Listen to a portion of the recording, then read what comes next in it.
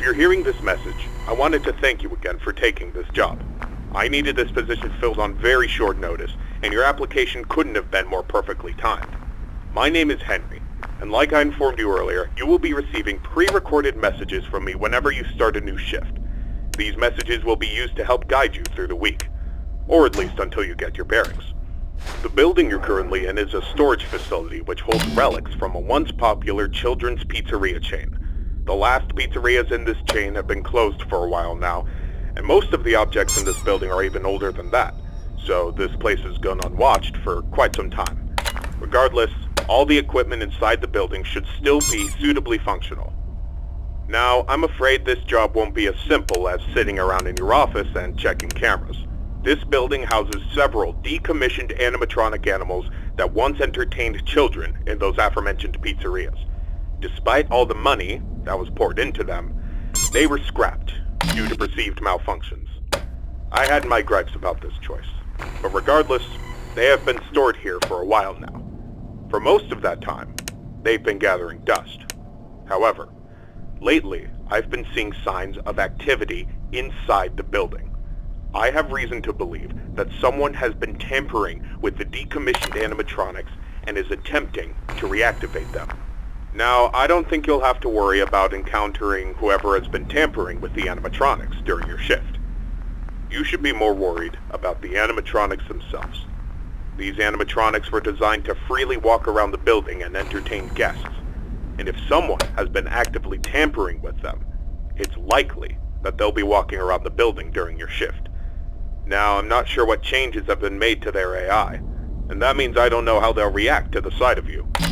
With that in mind, we should prevent them from reaching you.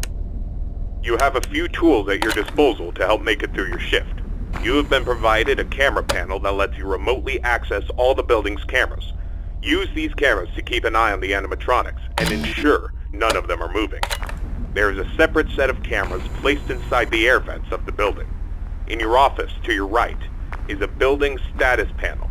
You can use this to stay aware of the current status of the building's various systems. Most important is the building's power. Your power supply is limited and is consumed by several systems in the building.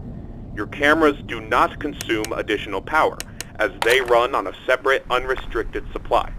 Once the building's power supply reaches critical levels, several systems will shut down, such as the building's lights.